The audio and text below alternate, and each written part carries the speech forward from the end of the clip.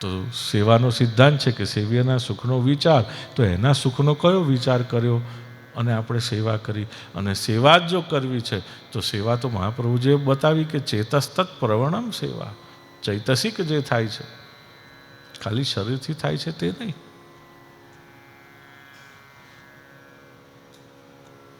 કરતા વખતે આપણને એનો વિચાર આવ્યો કે એ રાજી થશે કે નારાજ,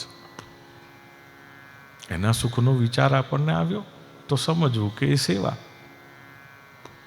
આપણે તો સેવા કરીએ તો પણ પેલું ટેબલ છે તે ભગવાન નીચે હોય તો આપણને ફાવતું નથી, એટલે ભગવાનને પણ ઊંચે બેસાડી દઈએ છીએ, પછી આપણે પણ ઊંચે જ બેસીએ છીએ ખુરશીમાં, તો એ સેવા થઈ.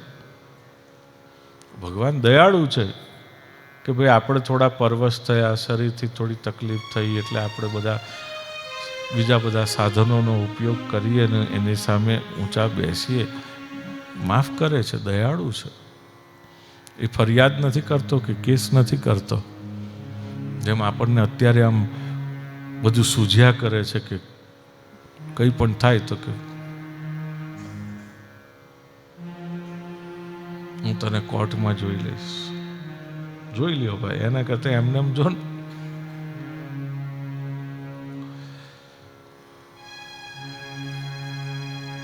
તો ખૂબ સુંદર ધુંધુકારીએ આપણને પ્રકાર બતાવ્યો છે કે શૂન્ય થવું છે. કારણ કે આપણી યાત્રા તો હકીકતમાં છે ને છે પૂર્ણ મદઃ. શું થવાનું છે? પૂર્ણ means complete. It's a journey to become complete, and for that the first step 6 અધ્યાય દ્વારા ધુંધુકારી આપણને એ જ સમજાવે છે મહાત્મ્યની કથા દ્વારા કે to become a complete person આપણે સૌથી પહેલું જે થવાની જરૂર છે એ શૂન્ય, શુદ્ધ, ખાલી, એમ્પ્ટી, મિનિંગલેસ. કોકને તો જવા દો, આપણને જેટલા બધા મિનિંગો, અર્થો આપી દીધેલા છે અર્થઘટનો થકી કે જેની કોઈ સીમા નથી. એ બધા જે લેયર્સ જામી ગયા છે ને એ લેયર આપણે જાતે ઉખાડી શકવાના થઈ શકે, શક્ય છે, અશક્ય કશું નથી. હા, અને જ્યારે એ કર્યું તો સમજવું ભાગવતનો આપણે આશ્રય કર્યો 7 દિવસ તો એ સાચો.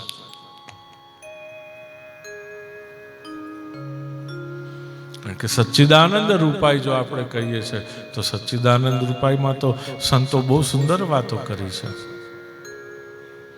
શાસ્ત્રો તો વાત કરે જ છે, સંતો પણ કહે છે.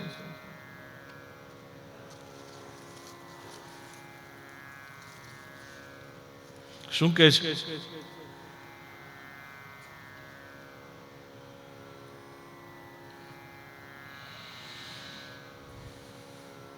નરસિંહ મહેતાએ પણ કહ્યું કે બ્રહ્મ લટકા કરે બ્રહ્મ સામે.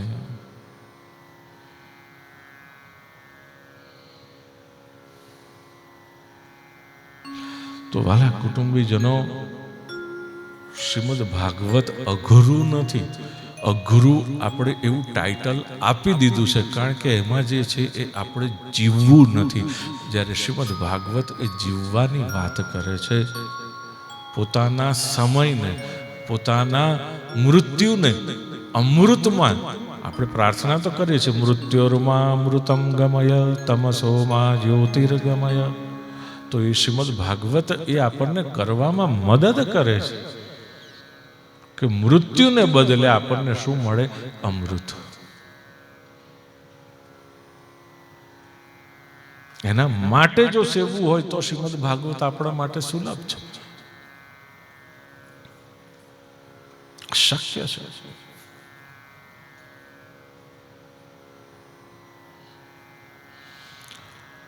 અને જો આ પહેલું પગથિયું સમજાશે ધુંધુકારીનું અને ગોકર્ણનું કહેલું, તો પછી આગળ બીજું પગથિયું છે કે ત્યાં આપણે જ્યારે શુદ્ધ હોઈશું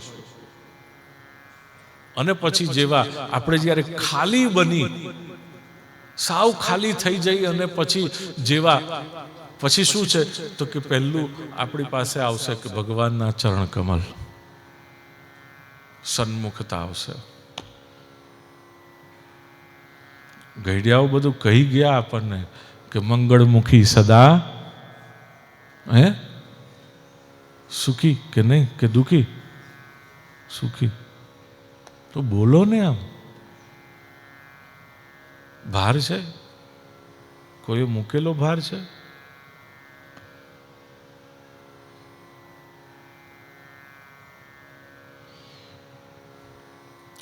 તુલસીનો ક્યારો આપણા ઘરના બ્રહ્મસ્થાનમાં હોય એમાં જો તાકાત છે કે 16 ફૂટ સુધી પોઝિટિવિટી ફેંકે, પોઝિટિવ ઓરાને થ્રો કરી શકે છે. ઘરના આંગણામાં લીમડો ને અશોક આસોપાલવ એટલા માટે કે એ આપણા શોકને હરે, એરને પ્યોરિફાઈ કરે નેચરલી. અને આંગણે બાંધેલી ગાય એમાં એ તાકાત છે કે એ 32 ફૂટ સુધી.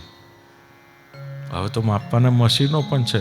તમારી ઓરા માપી લો અને પછી ગાયની પરિક્રમા કરો, તુલસીની પરિક્રમા કરો, પછી જુઓ કે તમારી ઓરાનું જે લેવલ છે બુસ્ટઅપ થાય છે કે નહીં.